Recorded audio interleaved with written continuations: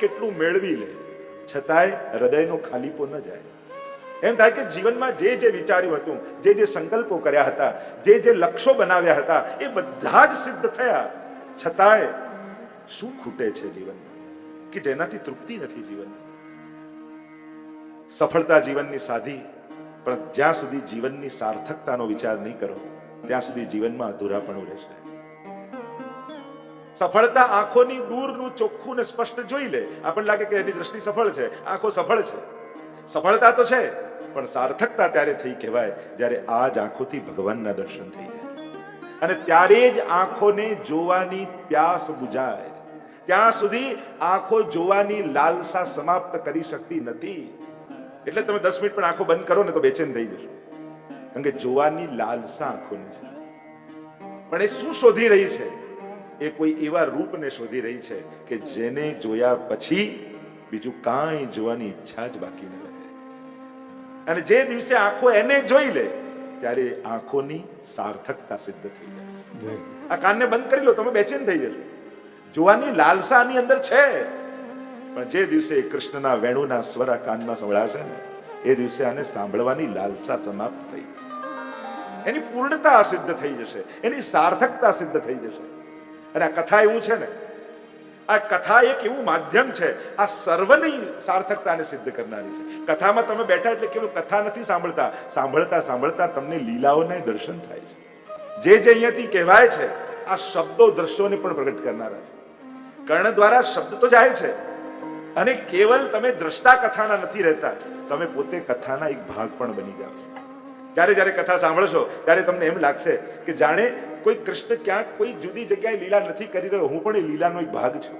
હું પણ એ છાક લીલામાં સાથે છું, હું પણ દાન લીલામાં સાથે છું, હું પણ નંદાલયમાં યશોદાજીની સાથે સેવા કરી રહ્યો છું.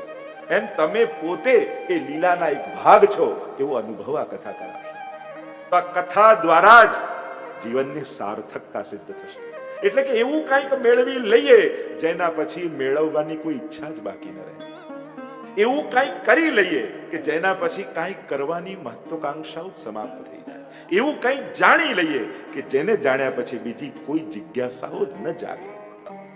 અને એ ત્રણેય વસ્તુનું સમાધાન એ શ્રીમદ ભાગવત છે.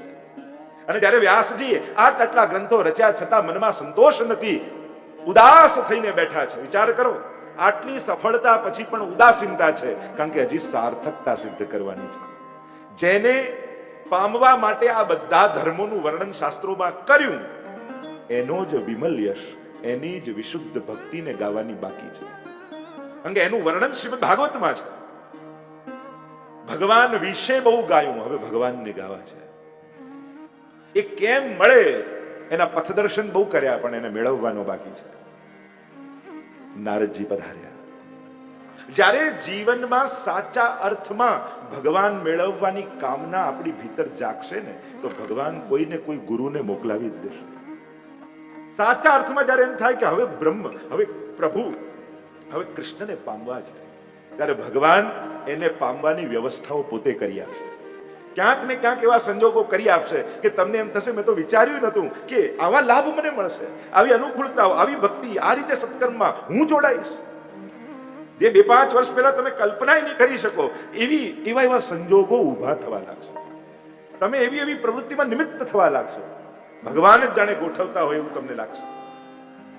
નારદજી આવ્યા પ્રભુની પ્રેરણાથી. નારાયણ નારાયણ નારાયણ કરતા. નારદજી કોઈ સાધારણ થોડી છે, આ તો આપણે મજાકના પાત્ર બનાવી લીધા છે. બાકી જેટલા પુરાણો છે એ બધા પુરાણોમાં મૂળ રૂપે નિમિત્ત કોઈ થયું હોય તો એ નારદજી છે. દરેક પુરાણોમાં નારદજી વગર તમને જલ્દી કોઈ કથા નહીં મળે. નારમ જ્ઞાનમ દદાતી નારદમ, જે જ્ઞાન આપે નારદ છે. નારમ અજ્ઞાનમ ખંડયતી નારદમ, જે અજ્ઞાનનું ખંડન કરે નારદ છે. નારદજી આવે. કેટલા ભક્તો, સંતો, મહાત્માઓને પ્રેરણા આપનારા નારદજી છે. કેટલી લીલામાં નિમિત્ત નારદજી છે. તમે ભગવત લીલાઓ જુઓ, કેટલી લીલાઓમાં નિમિત્ત બન્યા છે. પોતે અપયશ માથે લઈને પણ ભગવાનના કાર્યો સિદ્ધ કરે છે. તો ઘણી વાર અપયશ આવે નારદજી પર, એમણે આમ કર્યું, એમણે આમ કરાવ્યું, પણ સર્વ લીલા કરતા તો હરિ છે. એના જ કાર્યોમાં એ નિમિત્ત બને છે. એટલે ભગવત કાર્ય કરવા જ્યારે પણ નીકળો ત્યારે જરૂરી નથી કે જશ જ મળે. નિંદા કરનારાય મળશે, વિપરીત બોલનારાય મળશે, પણ ભગવાનની સામે જોજો, લોકોની સામે ન જોતા. લોકોના ચહેરા જોઈને સત્કર્મ કરવા નીકળશો ને તો લોકો તમને પુણ્ય નહીં કરવા દે, સત્કર્મે નહીં કરવા દે. પાપ કરતા તો નિંદા કરશે, સારું કરતા નિંદા કરશે. પણ જ્યારે તમારું અંતઃકરણ વિશુદ્ધ હોય, સંકલ્પ દ્રઢ હોય અને કારણ ભગવાનની પ્રસન્નતા હોય, ત્યારે લોકોના ચહેરા સામે જોઈને નહીં, પ્રભુની પ્રસન્નતાને જોઈને કાર્ય કરવા, ઠાકોરજીના મુખારવિંદ સામે જોઈને કરવા. મારો ઠાકોરજી રાજી થાય છે ને, બસ મારું બધું જ એમાં આવી ગયું. કારણ કે ઘણી વાર આ સંસારને રાજી કરવા પાછળ ભગવાન નારાજ થઈ જાય એની ચિંતા આપણે નથી કરતા. કે આ દુનિયાને તો ગમે છે પણ મારા ઠાકોરજીને નહીં ગમે. આપણે દરેક કામમાં કેટલું બધું લોકોનું વિચારીએ, જો આમ નહીં કરીએ ને તો મિત્રોને ખરાબ લાગશે, આમ નહીં કરીએ તો સગાઓને ખરાબ લાગશે, આમ નહીં તો ઘરના લોકોને ખરાબ લાગશે. બધાનું વિચારો, ઠાકોરજીનો ક્યારેય વિચાર નથી આવતો કે દુનિયાને રાજી કરવામાં ક્યાંક ભગવાનને નથી ગમતું એવું તો મારાથી કંઈ થતું નથી. એનું ચિંતન ભક્તે કરવું પડશે. અમુક સમય થયા પછી ભક્તિના માર્ગમાં જ્યારે આગળ ચાલો છો ત્યારે બે વાત હંમેશા જીવનમાં યાદ રાખજો. ભગવાનને જે ગમે છે એનો સ્વીકાર કરતા જાઓ અને ભગવાનને જે નથી ગમતું એને જીવનમાંથી કાઢવાના પ્રયાસ કરતા જાઓ. એક જ વારમાં બધું નહીં થઈ જાય કદાચ, પણ એક મનમાં ચિંતન તો થવું જોઈએ. આ મેં કર્યું ખરા પણ ઠાકોરજીને ગમ્યું નહીં. કદાચ કામ છૂટે એ પછીની વાત, ન છૂટે પછીની વાત, પણ મનમાં એક ખટકો તો આવવો જોઈએ. થયું મારાથી લોકોને રાજી કરવા માટે, પણ મારા ઠાકોરજીને તો નહીં જ ગમ્યું. આ ચિંતન મનમાં સતત ભક્તના હૃદયમાં ચાલવા જોઈએ. એક સાધારણ વ્યક્તિની વિચારધારા અને એક ભક્તની વિચારધારા બંનેમાં ફરક હોવો જોઈએ. જો તમે પણ એક સાધારણ સંસારીની જેમ વિચારો છો તો એક વૈષ્ણવ થવામાં અને એક સાધારણ વ્યક્તિ થવામાં પછી ફરક શું? કંઈક તમારું ચિંતન, તમારો દ્રષ્ટિકોણ, તમારો વિચાર સાધારણ વ્યક્તિ કરતા જુદો છે. તમે ભાગવતમાં બેઠા છો અને 7 દિવસ ભાગવત સાંભળ્યા પછી જો તમારા સંસારની ઘટનાઓને જોવાના અર્થઘટનો ન બદલાયા તો ભાગવત ક્યાં ઉતરી? અને આ ભાગવત ક્યારે નિષ્ફળ નહીં જાય. આ હૃદયમાં કોઈ ને કોઈ રૂપે ભીતર પ્રવેશ કરી જ જશે, તમારા વિચારોમાં સ્થાપિત થઈ જશે. વાર્તા, કથા ને શ્લોકો યાદ ભલે ન રહે પણ ભાગવત વિચાર બનીને મનમાં સ્થાપિત થઈ જશે. એટલે પ્રત્યેક વિચાર ભાગવતને સ્પર્શીને આવવા લાગશે. નારદજી આવ્યા છે, વ્યાસજીને કહેવા લાગે, વ્યાસજી ઉદાસ કેમ છે? વૃત્તાંત કહ્યું કે આ બધું રચ્યું પણ મનમાં આનંદ નથી. નારદજી કહે કે મારી સામે જુઓ. અને સદગુરુ મળે ને, ગુરુ મળે એટલે સમાધાન આપમેળે મળી જાય. કોઈ મહાપુરુષનો આશ્રય કરો પછી સમાધાન સહજમાં નીકળવા લાગે. નારદજીએ કહ્યું, વ્યાસજી આપે ધર્મનું તો વિસ્તારથી વર્ણન દરેક શાસ્ત્રોમાં કર્યું પણ ધર્મીનો વિશુદ્ધ વિમલ યશ નથી ગાયો. જેમાં કેવલ ને કેવલ ભક્તિનું વર્ણન હોય એવા ભાગવતની રચના નથી કરી. અને જ્યાં સુધી એ રચના નહીં થાય ત્યાં સુધી તમારી બધી જ રચનાઓ અધૂરી છે. કારણ કે અધૂરી ક્યાં સુધી? જે કાર્ય મનને સંપૂર્ણ સંતોષ ન આપે એ કાર્યની પૂર્તિ કહેવાય જ નહીં. કારણ કે કર્મનું ફળ, મહાપ્રભુજી ત્રણેય ફળ બતાવ્યા, જ્ઞાનનું, કર્મનું, ભક્તિનું. ચિત્તની પ્રસન્નતા એ જ કર્મનું ફળ છે. જે કર્યા પછી કરવાનો સંપૂર્ણ સંતોષ અને પ્રસન્નતા ના આવે તો માનું હજી કાર્ય અધૂરું છે. કામ કેટલું મોટું છે કે નાનું છે એ ન જોતા, તમે પૂર્ણતાથી કર્યું કે નહીં એનો વિચાર કરજો. જ્ઞાન, ભક્તિ, ભક્તિની સફળતા મહાપ્રભુજી કહે એ તો કૃષ્ણની પ્રસન્નતામાં છુપાયેલી છે. ભક્તિનું સાફલ્ય શેમાં છે કે તમારા કર્મથી, ક્રિયાથી, કાર્યથી ઠાકોરજી રાજી થયા કે નહીં. વસ્તુ કેટલી મોંઘી હતી, સસ્તી હતી, સેવા કેટલી મોટી હતી, નાની હતી, એ વિચાર નથી કરો. મારી સેવાથી મારો ઠાકોરજી રાજી થયો, એમાં જ ભક્તિનું સાફલ્ય છે. કહ્યું નારદજીએ, વ્યાસજી ભાગવતજીની રચના કરો, મારી સામે જુઓ. નારદજી પોતાનું ઉદાહરણ આપ્યું. તો ઘણીવાર બીજાના એક્ઝામ્પલ આપો, શાસ્ત્રોના એક્ઝામ્પલ આપો તો એટલી અસર નહીં થાય, પણ ઘરના લોકોને જ્યારે પોતાના જીવનની વાત કરશો ને તો વધારે અસર થશે. આપણે બધાને ઉપદેશ આપવાનો પ્રયાસ કરીએ છીએ, પ્રેરણા નથી આપતા. જીભથી અપાય એ ઉપદેશ અને જીવનથી અપાય એ પ્રેરણા છે. અસર કેમ આપણા વાતની થતી નથી? કારણ કે કેવલ જીભથી લોકોને ઉપદેશ આપીએ છીએ, જીવનથી પ્રેરિત નથી કરતા. ક્યારેક તમારા પરિવારને બેસાડીને વાત કરો કે જીવનમાં ઘણા સુખ, દુઃખ, અનુકૂળ, પ્રતિકૂળતા બધું જ આવ્યું અને બાળકોને બેસાડીને કહો કે બેટા આ બધું જ જીવનમાં આવ્યું પણ મેં ક્યારે ઠાકોરજીનો આશ્રય ન જોયો. હંમેશા પ્રભુને આ પોતાની જોડે રાખ્યા અને ઠાકોરજીએ મને બધેથી પાર કર્યો. બેટા જીવનમાં સંકટ આવે તો કદાચ બધાને છોડજે પણ ઠાકોરજીના ચરણ પકડી રાખજે. જ્યારે આ રીતે પોતાના જીવનની વાત કરશો ને તો બાળકો ક્યારે પ્રભુથી અલગ નહીં થાય. તારે તો કરવું જ જોઈએ, નામ નહીં કરે તો પાપ લાગે, ના તો કરવું જ પડે, વડીલો કરતા હતા, આમ કરતા હતા, તો એની અસર નહીં થાય. ઉપદેશ નહીં, પ્રેરણા આપો. ઘણા લોકો જીભથી કહે, ઘણા જીવતરથી કહે, અને પોતાનું એક્ઝામ્પલ. હું તો કહું, આપણી અંદર કઈ એવી વસ્તુ કે જેનું એક્ઝામ્પલ આપી તમે તમારા બાળકોને પ્રેરિત કરી શકો, ટોકી શકો? એમ જ કે તમે તો કરતા નથી, અમને શેનું કહો છો? એટલે કોરા ઉપદેશો કામ નથી લાગતા. જીવનના અનુભવોની વાત કરો. કેવા કેવા સંજોગો અને સમય આવ્યા, પણ ઠાકોરજી બધેથી પાર કર્યા.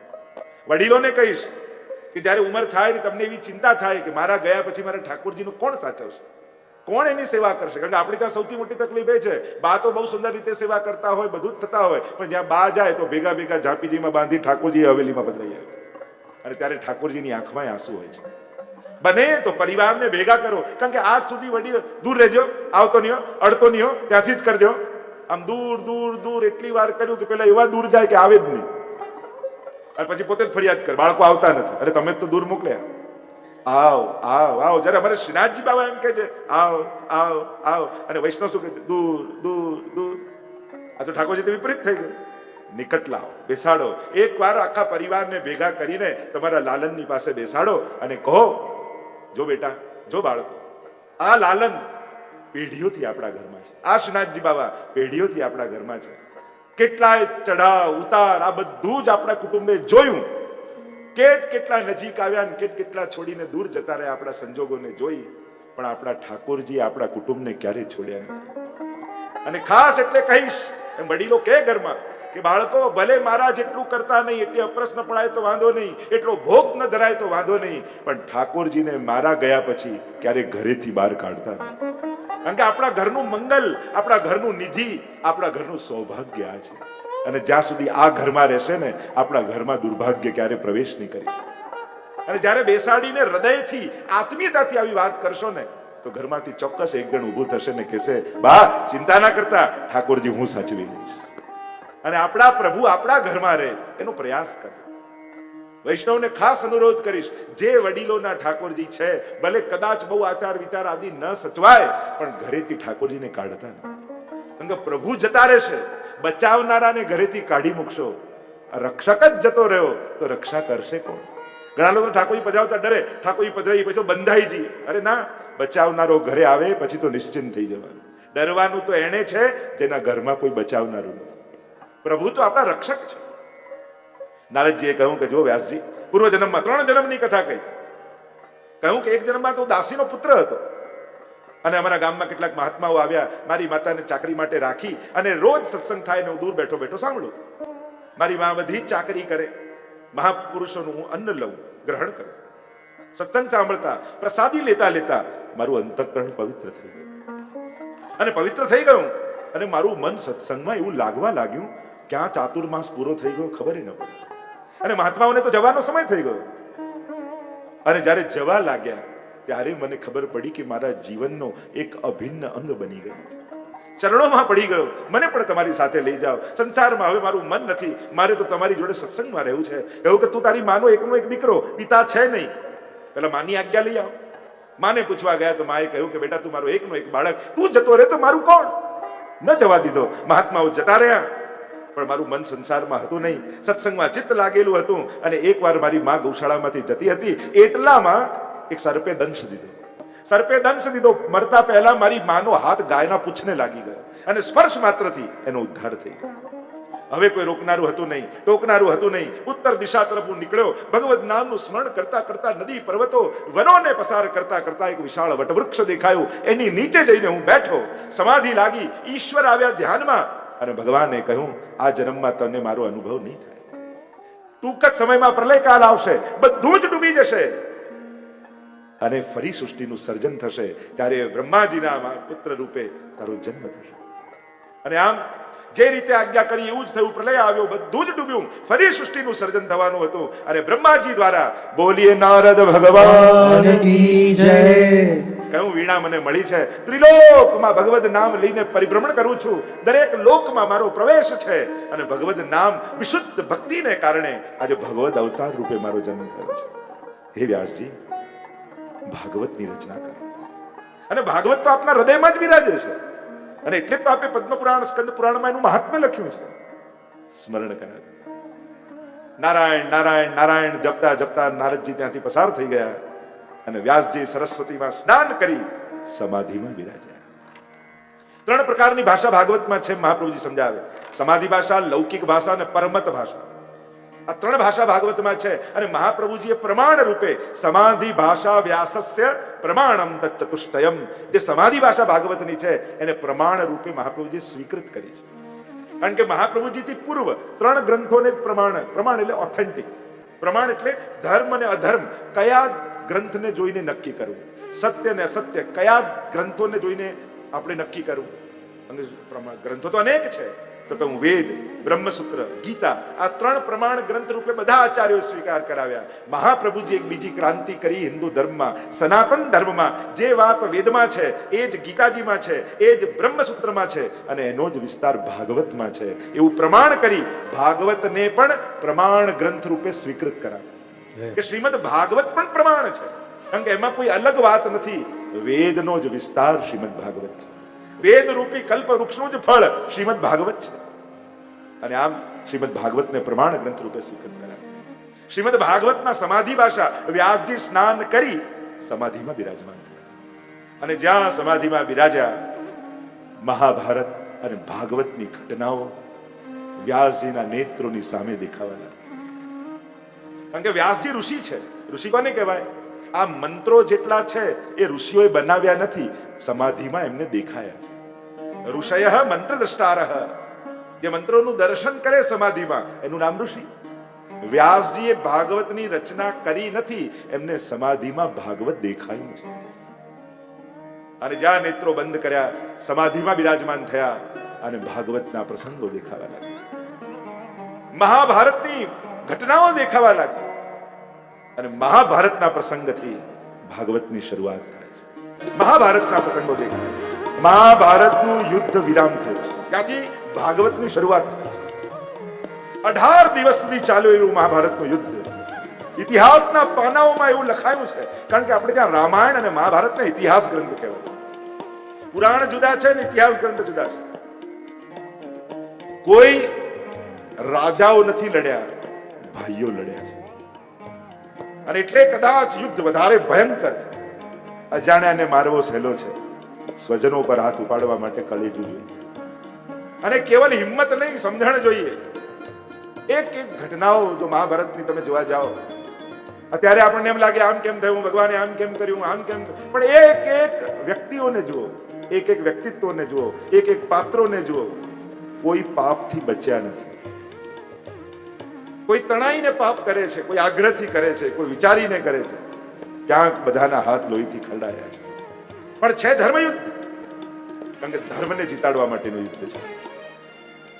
ભગવાન સ્વયં સંકલ્પ લઈને બેઠા છે, યુદ્ધમાં રહીશ પણ હથિયાર નહીં.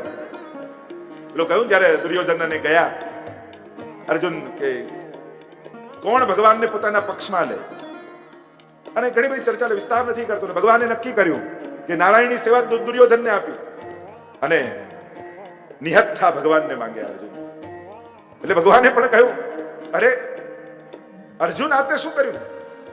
હું હથિયાર વગરનો અને મારી સેના તો દુર્યોધન લઈ ગયો. દુર્યોધન મારી નારાયણની સેવા લઈ સેના લઈ ગયો. કેમ કરી તું જીતીશ? જ્યાં ભગવાન છે ત્યાં વિજય છે. નક્કી યુદ્ધનું પરિણામ એ જ ક્ષણે નક્કી થઈ ગયું કે કોણ જીતશે. કારણ કે બળ ભળે ગમે ત્યાં દેખાય, વિજય તો એનો જ થાય જ્યાં ભગવાન હોય. એક એક એક એક પ્રસંગો ઘટનાઓ જુઓ તો ઘણી બધી ચર્ચાઓ મહાભારતની થાય. કઈ રીતે ક્રૂરતાથી અભિમન્યુનો વધ કર્યો છે આ બધા, અને કોઈ બાકાત નહોતું. આ બધા દ્રોણાચાર્ય, કૃપાચાર્ય બધા જ હતા. પણ જયારે એમને મરવાનું આવ્યું ત્યારે ધર્મ યાદ અપાવવા લાગ્યા ભગવાન. આ ધર્મ છે, આ ધર્મ છે. અને ભગવાન હસે છે. પેલા એક નિર્દોષ યુવાનને ક્રૂરતાથી મારતા ત્યારે દયા નથી આવી, ત્યારે ધર્મ યાદ નહોતો આવ્યો. ધર્મનો વિજય થવો જોઈએ, ધર્મ જીતવું જોઈએ. વિચાર કરો, જો પાંડવો ન જીત્યા હોત ને દુર્યોધનનું શાસન હોત તો આજે ભારતનો ઇતિહાસ કંઈ જુદો હોત. આ બધા ઐતિહાસિક ઘટનાઓ છે. યુદ્ધ સમાપ્ત થયું છે. આખું કુરુક્ષેત્રનું મેદાન વિશાળ માનો સ્મશાન ઘાટ બની ચૂક્યું છે. કોઈના કપાયેલા ધડ, કોઈના કપાયેલા હાથ, કોઈના કપાયેલા મસ્તક, ચારે બાજુ દુર્ગંધ વ્યાપેલી છે. ગિદ્ધ અને સમડીઓ માંસના લોંદાઓ ખેંચી ખેંચી આકાશમાં ઉડી રહ્યા છે. ન જોવું ગમે એવું દ્રશ્ય સર્જાયું. દૂર દૂર બાળકોની કિકિયારીઓ સંભળાય છે, વિધવા સ્ત્રીઓના રડવાના અવાજ સંભળાય છે. મળદાઓના તો પહાડો ખડકાય છે, લાખો લોકો મૃત્યુ પામ્યા છે. એને મળદાઓના ઢગલામાં મળદાઓને ખસેડતો ખસેડતો અશ્વત્થામા પોતાના મિત્ર દુર્યોધનને શોધી રહ્યો છે. ચારે બાજુ અતિ દુર્ગંધ વ્યાપેલી છે. એટલામાં દૂરથી અવાજ આવ્યો, મિત્ર! કાન ઊંચા થઈ ગયા અશ્વત્થામાના. આ તો દુર્યોધનનો અવાજ છે. અને એ દિશા પર દોડતો દોડતો અશ્વત્થામા જુએ તો લોહીના ખાબોચિયામાં અંતિમ શ્વાસો ગણતો દુર્યોધન તડપી રહ્યો છે. ભીમે જંઘાઓ ઉપર ગદાઓના પ્રહાર કરી કરી ધ્વસ્ત કરી નાખી છે જંઘાઓ. પણ દુર્યોધનને એવું વરદાન હતું, કોઈ એવી વાત સાંભળે કે એ સાંભળતાની સાથે હર્ષ પણ થાય અને શોક પણ થાય, અને આ બંને ભાવ એક સાથે આવે તો જ એનું મૃત્યુ થાય. અશ્વત્થામાને જોતા ચમક આવી ગઈ આંખમાં. અશ્વત્થામા, તું આવી ગયો? હા. તારી આવી દશા કોણે કરી? એ બધું જ છોડ, મારી અંતિમ ઈચ્છા પૂરી કર. અશ્વત્થામાએ દુર્યોધનના હાથમાં હાથ મૂકીને કહ્યું, તું જે કહીશ એ કરીશ. મરતા પહેલા પાંચે પાંડવોના કપાયેલા મસ્તક જોવા માંગુ છું. અને અશ્વત્થામા, મારી પાસે બહુ સમય નથી. વચન આપ્યું અશ્વત્થામાએ, કાલે સૂરજનું પહેલું કિરણ નીકળે એ પહેલા પાંચે પાંડવોના કપાયેલા મસ્તક લાવી તારા ચરણોમાં ફેંકીશ. વચન તો આપી દીધું, પણ સામી છાતીએ લડવાની તાકાત અશ્વત્થામાની છે. વિચાર કરે છે, શું કરું, કેમ પાંડવોને મારું? થયું કે રાત્રિના સમય છાવણીમાં સૂતા હોય ત્યારે લુપાતો છુપાતો ખડગ લઈને જાઉં, સૂતા પાંડવોના શિરચ્છેદ કરી નાખું. રાત્રિના સમયે પ્રવેશ કરવા જાય, પણ ભગવાન છે ને પાંડવોની સાથે.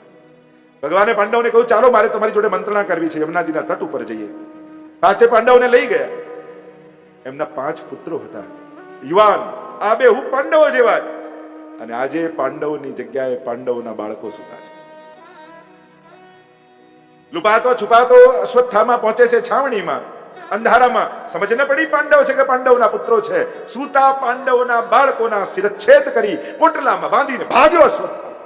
ભાગતા ભાગતા ભાગતા ભાગતા સવારે સૂરજનું પહેલું કિરણ નીકળે ત્યાં સુધી દુર્યોધન પાસે પહોંચી ગયો. મિત્ર, મેં મારું વચન નિભાવી દીધું છે. દુર્યોધન કે જલ્દી બતાવ. અને જ્યાં પાંચે મસ્તકોને ફેંક્યા, દુર્યોધનનું હૃદય ભરાઈ ગયું કે અરે અશ્વત્થામા, તે આ શું કર્યું? આ તો પાંડવો નથી, પાંડવોના બાળકો છે. તે તો અમારા ઘરમાં અમારી પાછળ કોઈ તર્પણ કરનારું ન રહેવા દીધું, કોઈ શ્રાદ્ધ કરનારું ન રહેવા દીધું. જ્યારે કહ્યું કે લઈ આવ્યો તો હર્ષ થયો દુર્યોધનને, જોયા તો શોક થયું. ત્યાં જ દુર્યોધને દેહ છોડી દીધું. અને અહીંયા પોતાના બાલ સોયા બાળકોને જગાવવા માટે દ્રૌપદી છાવણીમાં પ્રવેશ કરે.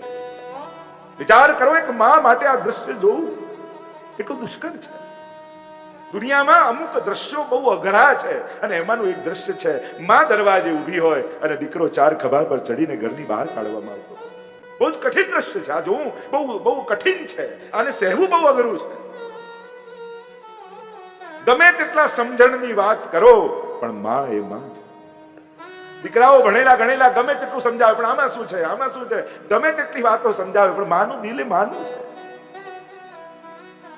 જ્યાં દ્રશ્ય જોયું, કપાયેલા ધડ જોયા, હે કૃષ્ણ પુકાર કરી દો.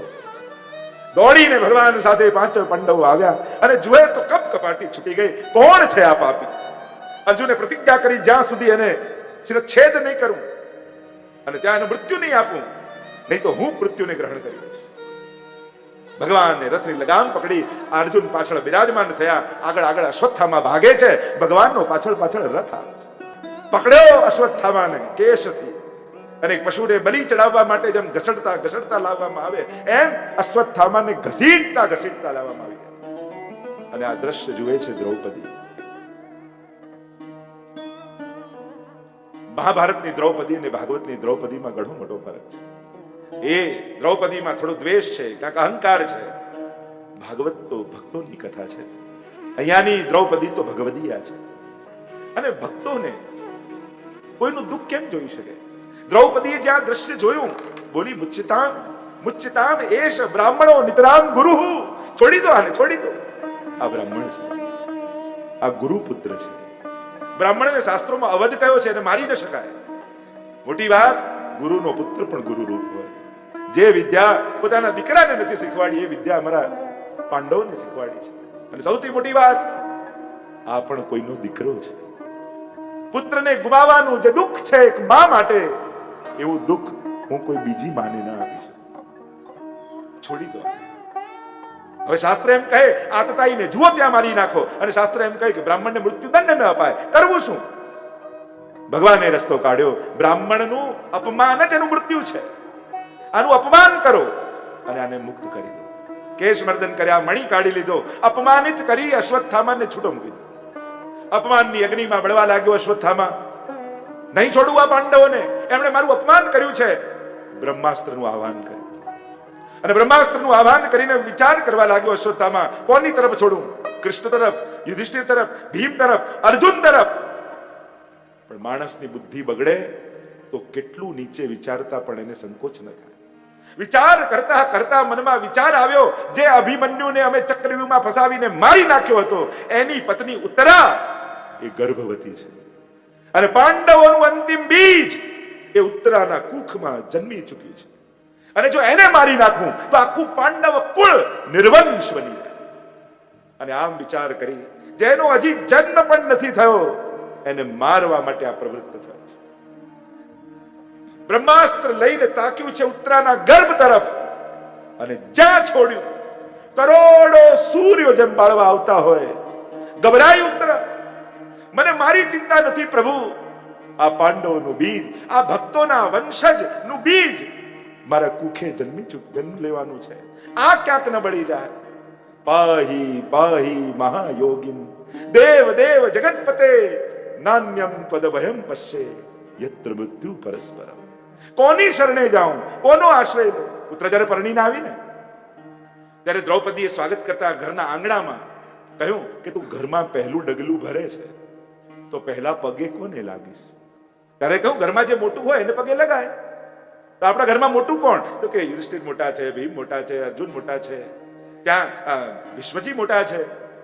દ્રૌપદીએ કહ્યું બેટા, આ કહેવાતા બધા મોટાઓને મેં જોઈ લીધા છે. જ્યારે યુદ્ધ ક્રીડામાં મારા ચીર ખેંચાતા હતા ત્યારે આ કહેવાતા બધા જ મોટાઓ મસ્તક નમાવીને બેઠા હતા, અને ત્યારે દ્વારિકાનો નાથ દોડતો આવીને મારી લાજ બચાવી. જ્યારે જીવનમાં કોઈ સંકટ આવે ત્યારે કોઈ સંસારીના નહીં, ભગવાનનો આશ્રય કરજે, એ તને બધેથી ઉગારી દેશે.